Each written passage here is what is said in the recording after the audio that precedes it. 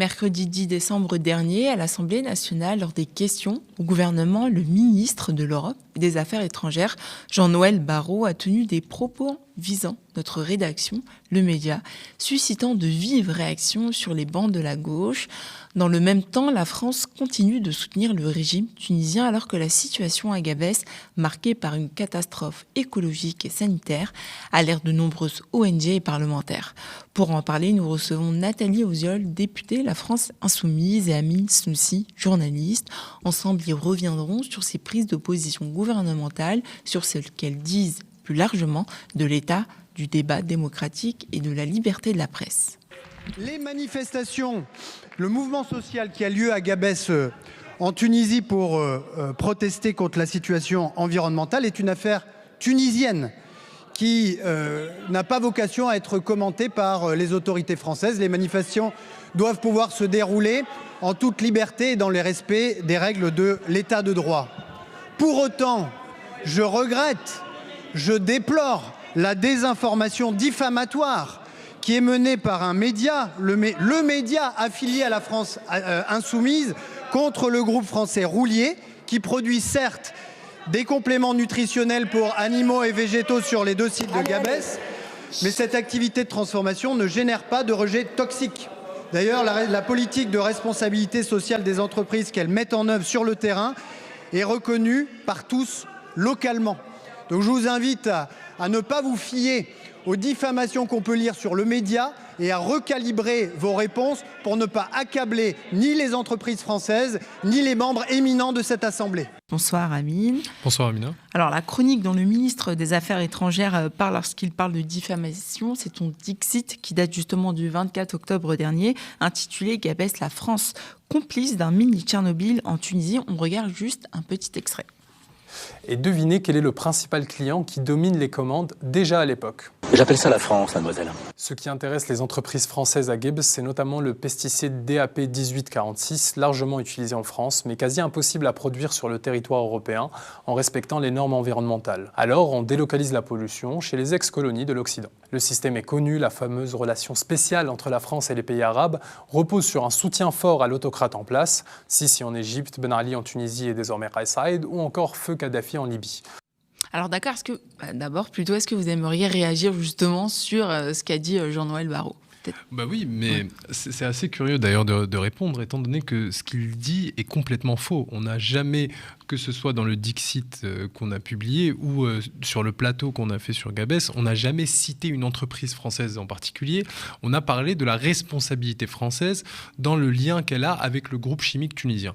Ce lien, il est documenté par plusieurs enquêtes, notamment des enquêtes du service public, et notamment une enquête qui a été publiée en 2023 par le média Vakita, qui est parti sur place et qui a établi réellement un lien fort entre la France et le groupe chimique tunisien, étant donné que c'est la majorité des commandes qui sont faites, qui viennent d'entreprises françaises. Par ailleurs, historiquement, la France a toujours eu un lien très puissant avec les marchés publics tunisiens, étant donné que c'est un lien de post-colonial où la France a une priorité sur beaucoup de marchés publics tunisiens. Donc ces propos à lui sont diffamatoires et il accuse le média d'avoir propagé une information qu'il nous attribue, qu'on n'a jamais dit, et on cite bien dans le Dixit d'ailleurs que je vous invite à regarder, on cite bien évidemment toutes nos sources dans la description de la vidéo. Justement, comment est-ce que vous réagissez, vous, en tant que député, justement, quand un ministre s'attaque quand même publiquement à un média depuis l'Assemblée nationale? Est-ce qu'on parle encore du débat politique, ou c'est plutôt une forme de pression d'une certaine façon?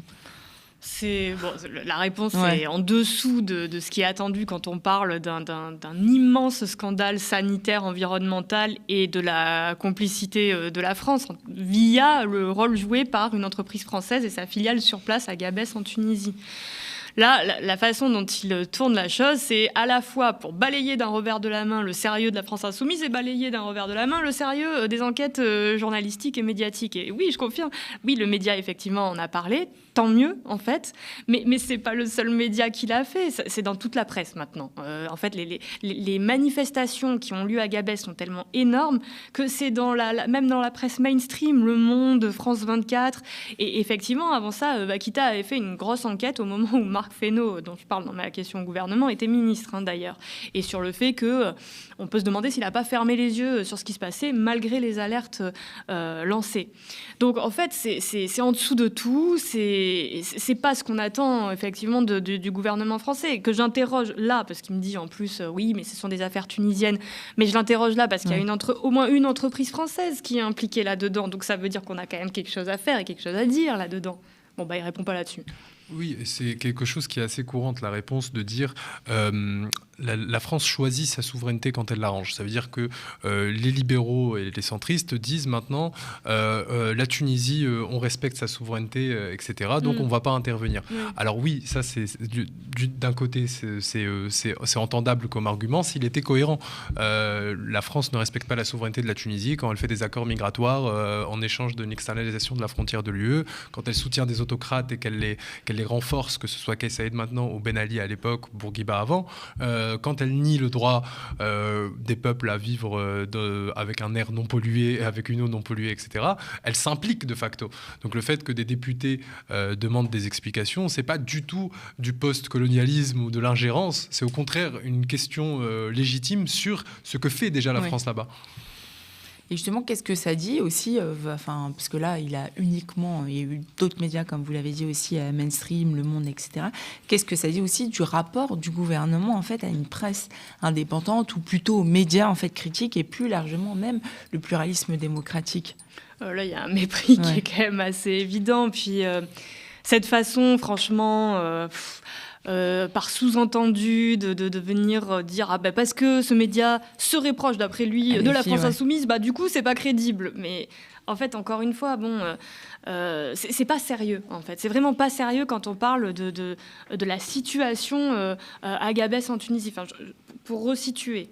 En fait, ce qui se passe, c'est, Gabès, je crois que c'est dans les années 70 que le site industriel s'est développé pour transformer du phosphate, et ça sert notamment à faire des engrais qui sont extrêmement utilisés, notamment dans l'agriculture française, puisqu'on ne veut pas produire ça en France, parce qu'effectivement, ça pourrit tout, ça pourrit les sols, ça pourrit l'eau, et ça pourrit la santé des gens.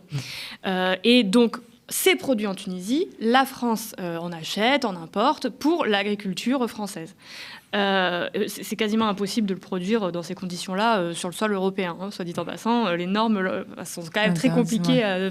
Donc on fait en sorte que ce soit produit ailleurs, on l'achète en France. Et donc ça fait déjà plusieurs années que la sonnette d'alarme est tirée sur le fait que les gens ne peuvent plus respirer. Là, on parle de mineurs maintenant qui sont hospitalisés, ils ne peuvent plus respirer. Oui, il y a des images qui se trouvent aussi facilement. C'est ce qui a lancé les mobilisations, c'est les enfants qui suffoquaient en classe, en cours.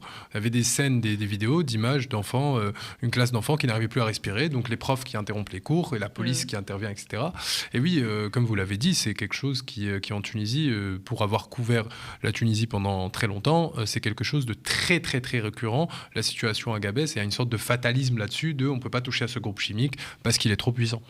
Et donc non seulement ça fait un moment que ça dure, mais là c'est clair que y a une actualité très forte du fait de mobilisation sans précédent, je pense. À Gabès, on parle de 100 000 personnes, d'une grève générale, et dans un contexte où, et ça je le dis aussi parce qu'on a communiqué avec mon groupe pour dire notre soutien au peuple tunisien, dans un contexte où les manifestations de protestation sont quasiment constamment réprimées, violemment, par le régime en place. Et donc, nous, on dit aussi notre soutien. Je pense qu'on a ce devoir-là aussi d'envoyer un message de fraternité avec les peuples en lutte. Et ça, c'est une chose.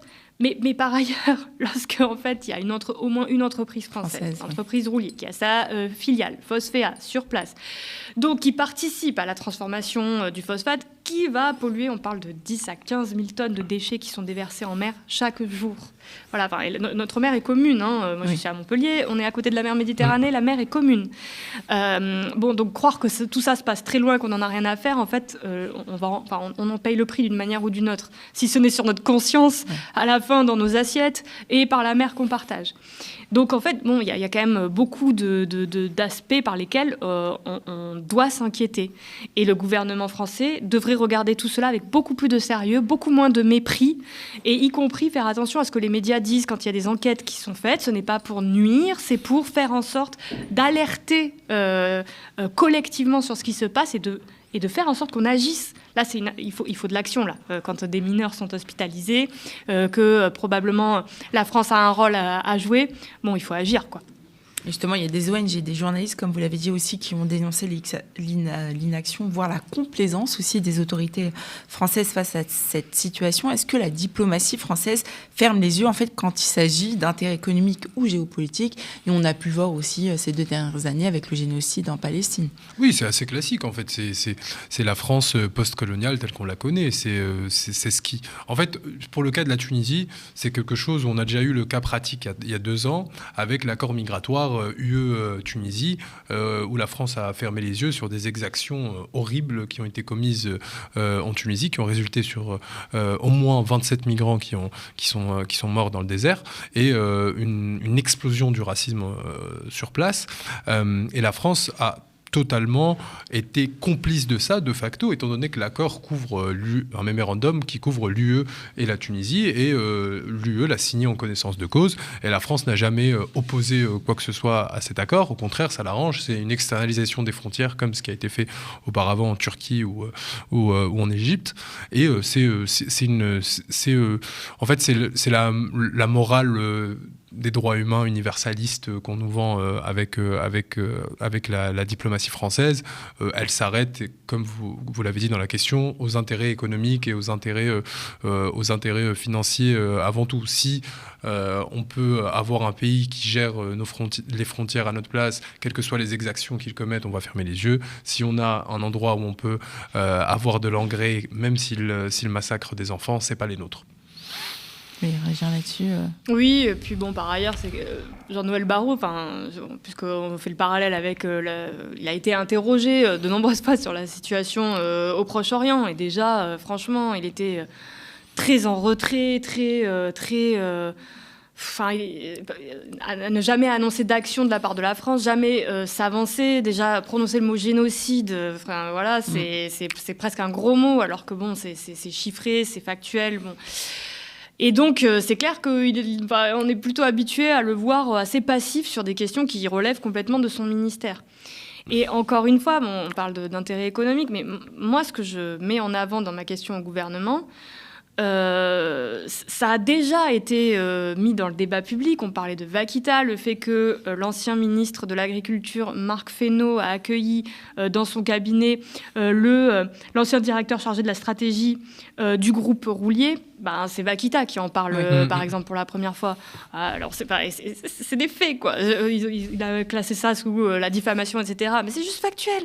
Donc, et par ailleurs, ça fait que tout le monde s'est interrogé. En tout cas, les médias qui se sont emparés de ça se sont interrogés sur pourquoi, à ce moment-là, on parle d'agriculture, on parle d'engrais, de la façon dont les engrais sont produits. Pourquoi, en fait, le ministre de l'Agriculture ne s'est pas saisi de cette affaire-là, alors que, effectivement, des alertes étaient déjà données.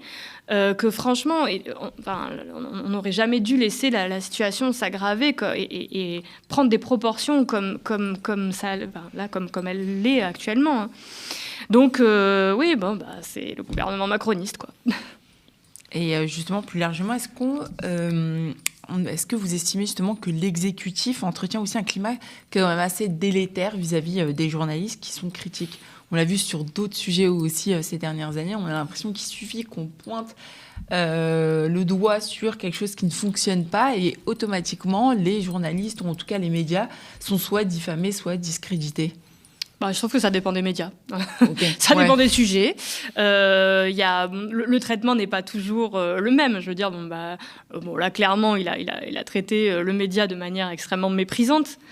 Je ne sais pas, je pourrais donner d'autres exemples, mais moi, par exemple, je dénonce le fait que sur certaines chaînes de télé, vous faisiez tout à l'heure un plateau sur le sujet de l'islamophobie. Il y a des plateaux télé, des chaînes télé qui clairement alimentent ça au quotidien, qui 365 jours par an vont traiter de sujets qui sont clairement islamophobes, nourrissent l'islamophobie. Je pense à CNews, par exemple. Oui, voilà. Oui. C'est un secret pour personne. Non, mais à quel moment ils s'insurgent sur le fait que des chaînes télé alimente un climat islamophobe, raciste à longueur de temps. Elles sont où les paroles dures de M. Barrot ou du reste du gouvernement sur ce genre de sujet-là? Bon, voilà, il y a quand même une géométrie. C'est comme sur beaucoup de sujets, il y a un double standard, en fait, selon les sujets, selon les médias. Bon, voilà. Mais justement, sur ce sujet-là, il y a aussi Reporters sans frontières qui avait mené une enquête pour expliquer pourquoi CNews ici ne respectait pas les règles de l'Arcom. Et l'Arcom a dit que finalement, en fait, CNews respectait les règles.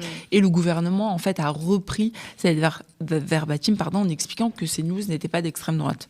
Ouais, bon, ils s'appuient sur ce qui les arrange, en fait. Voilà. C'est vraiment... il y a des sujets qui... comment dire... je pourrais citer par exemple l'exemple de la loi immigration, qui s'appuie clairement sur non seulement des idées d'extrême droite, mais le programme du Rassemblement national et du Front national même à l'époque. Donc, je veux dire, ils choisissent un petit peu comment voir les choses et ils choisissent aussi sur quoi s'appuyer, quoi. Et là, c'est clair qu'en l'occurrence, sur le sujet de ce qui se passe à Gabès en Tunisie, la réponse est clairement insuffisante, en dessous de ce qu'on attend. C'est pas une façon de traiter ce qui est un des plus gros scandales sanitaires et environnementaux de notre siècle. Ils choisissent leurs journalistes. C'est ça la différence, c'est qu'il y a une volonté d'avoir une sorte d'objectivité journalistique qui est en fait un mythe fondateur du journalisme français, où l'objectivité et la neutralité sont des formes de centrisme, et c'est les journalistes que préfère la Macronie, parce que c'est des gens qui vont toujours se cadrer en se mettant au milieu du spectre politique et qui vont avoir l'air équilibré, gentil, etc.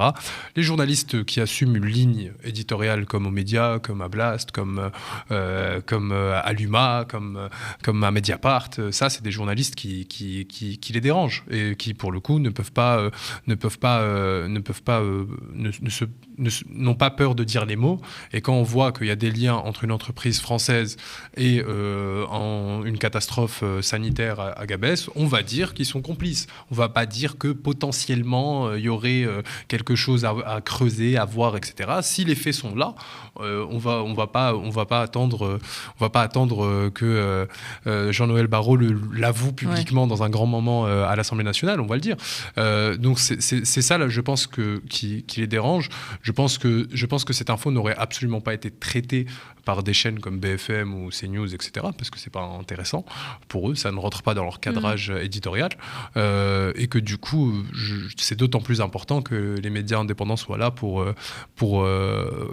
agacer la Macronie.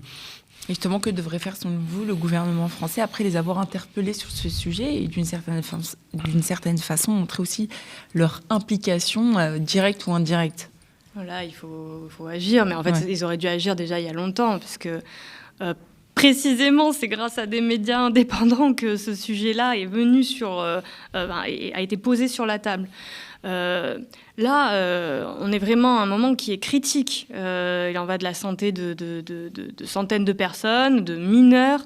L'entreprise Roulier a été mentionnée à de nombreuses reprises dans de nombreuses enquêtes. On ne peut pas juste dire les entreprises françaises, il faut les protéger, arrêter de les critiquer vis-à-vis de l'étranger. Enfin, non, s'il y a quand même, c'est plus qu'un soupçon là qu'elles se comportent mal, qu'elles participent à un désastre sanitaire écologique. On ne ferme pas les yeux. Là, il faut vraiment se pencher là-dessus. À arrêter, en fait. Là, on n'en est même plus. Je veux dire, on pourrait dire, dans le doute, on pourrait voir... Là, il y a déjà des gens qui souffrent, qui risquent leur santé, leur vie. Donc là, il faut mettre une grosse pause sur l'activité qui est là-bas et démêler et faire en sorte, en fait, que ça n'existe plus. Les sols sont détruits, le littoral est détruit, les gens ne respirent plus, littéralement, ils étouffent. On ne peut pas se satisfaire de participer à ce désastre. C'est pas possible. Oui, ça m'a fait penser que lors des premières mobilisations sociales, à Gabès, l'un des slogans, c'était « Laissez-nous respirer ». En fait, c'est ça qu'on ne réalise pas. Peut-être à un tel niveau de pollution de l'air, les gens se plaignent d'asphyxie dans leur quotidien. Ça veut dire qu'il y a des gens qui ont des troubles respiratoires dans la semaine très régulièrement, ça fait partie de leur quotidien depuis des années, et qu'à chaque fois qu'ils s'en plaignent, le gouvernement leur dit non, il n'y a pas de lien, vous inquiétez pas, ça n'a rien à voir avec l'usine chimique qui est en train de polluer là juste à côté de vous, rien à voir.